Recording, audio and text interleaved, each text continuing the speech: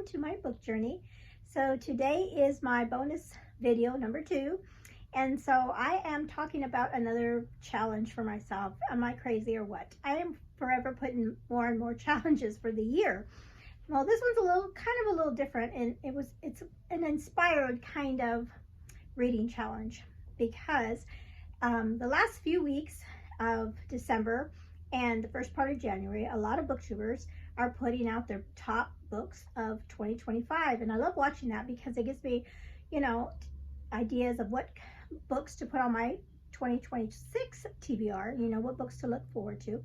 And also a big thing is if I have those books on my shelves already, it's like, okay, that helps me to remember that these made the tops of people's reading year.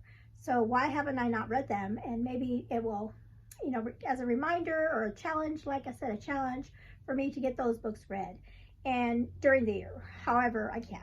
And so I don't have like a whole 12, like one for a month. I'm not going to do that to myself because that'll just be stressful. So these are just books that I am going to, challenge myself to read this year because, like I said, these were top books of some booktubers that I love to watch and love the books that they read. So I know that if they like the book, I'm probably going to enjoy it too. So I'm just going to go through these and just show these to you. And there are some books I do have, and then some other books I don't have them, but maybe during the year I can either check them out from the library or read them on Libby or things like that. So the first one I'm going to talk about is a book I'm already reading. So I was watching Oshina's Reads Co. her video of her favorite books of the year, and this one popped up and I'm like, oh, I'm reading that this month. So I'm going to count it, even though, but still, at the time when I watched her video, I hadn't even started reading it yet. So it kind of does count. But I am in the middle of reading it right now. I'm like that far into it, and that is A Light on the Hill. She gave this 5 stars. Colleen Cosette, and I will say this is really good. I kind of went into it blind. I think when I've had this book for a long time, but when I originally, I read the back and everything, but I haven't in a long time. So I didn't even read the back or anything, and then I just started reading it, and then I realized, oh, that's not what I thought. It's like kind of shocking thing that happened to this girl in the very beginning, or this lady in the very beginning. And I wasn't expecting it.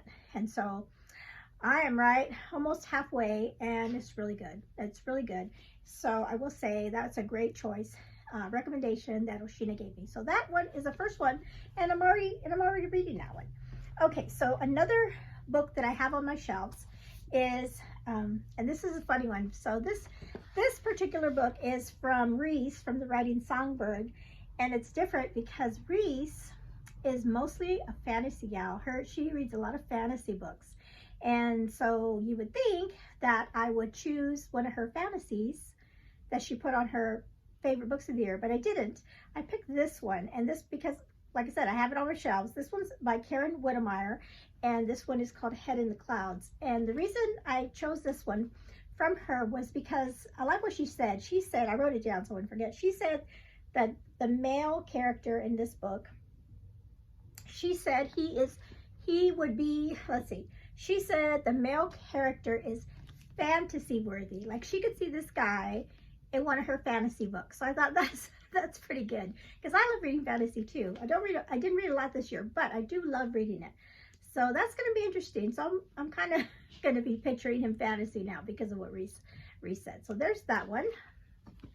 Another one that I have on my shelves, because I picked it up recently, is Theo of Golden, and this is Krista Books and Jams. This was I think it was her favorite book of the year, and so I have high expectations for this one. Krista really reads a lot of genres, a lot of different books, but this one she said she just loved, and so I am looking forward to reading this book. Okay, the next book was on Reading Mamas, Heather's Reading Mamas, her best books of 2025. And I have, like I said, here's another one I've had on my shelves forever, but she's really enjoyed it. And this is Kristen Hanna, The Great Alone. This is another one. Actually, my husband said recently he was watching one of my videos, and I had it on for something. I can't remember. And he goes, "That would be a good book. That would be a book I'd like you to read to me," because he liked the what the book's about. And this one is about a I think it's a Vietnam vet that goes off the grid. So he's like, "Hey, that sounds interesting." So that is one that hopefully will be read this year. And then this next book is one I know it was on Book Lover Amanda, her best books of 2025. But I think I also saw it on some other ones. I think it was Gloria Thompson. She had it on hers as well. But anyway, it's Edenbrook, and I bought this a long time ago wanting to read this, and I have not done it yet. So by Julian Donaldson, and they both had wonderful things to say about this book. So hopefully this book will be read this year. Hopefully soon. Okay, so these next books I don't own, but they were recommended. So Anne in Search of Wonder, she read a book that had to do with the Donner Party. And so I believe it's called The Indifferent Stars Above. I'll put a picture of it up here. Now, she did say this is a hard book to read because of the tragedy that happened on the Donner Party. But things like that don't really bother me. And I love books about history and that kind of thing. So this is one that will be really, one that I would really like to read. And then we have Jane Reads, Jeanette, over at Jane Reads. Her book of the year, I already read that one, so I couldn't do that one. But she had another one on there, Between Sound and Sea. So and it's by the same author. So I am going, and I've been wanting to read this one as well. And I know I can check that out on Libby. And then this next book is actually two books. And it's only because Old American Spirit, she was talking about this book as book 2. I think it's book 2 that's like her favorite of this series. But I want to read book 1 so I can read book 2. So I've put both of those books on here, and I'll put both of them up here. And these would be perfect for my Journey Through Time historical fiction for the month of July, because that's the time period that we're going to be looking at. And the author's name is Megan Soja. And so we have Spark of the Revolution and Secrets of the Revolution. And she just raved about these books. And these might have been her favorite of the year as well, or definitely her top 10. And they just sound so good. And so I'm really hoping to read those. Maybe July or before then. We'll see. Now, Chantal Reads All Day. She has talked about this particular book many times in videos. And ever since she first talked about it, I kind of put it, in on my Goodreads to be read. And then I've seen other people talk about it and say how wonderful it is. And that one's called You Are Fatally Invited. And I think it's a mystery and kind of like an Agatha Christie maybe kind of style book. And so this one sounds really good. So hopefully that will get read this year. I don't have that one, but that's another one I can probably get on Libby. Okay. And then we have Always Booked. I love her videos. They're so sweet. And she did something really cool this year. She might do this every year, I just don't know. But during a particular week, she does her best books, like by genre. Like one day she did her best historical fiction, and then one day she did her women's fiction, and I think she might have done middle grade, maybe. Or I know she did thrillers, because she loves reading thrillers. So I thought that was pretty clever that she did a video for each genre and her favorites of the year. So of course I checked out her historical fiction, and there was one that I really thought was right up my alley, and that is The Midwife of Auschwitz.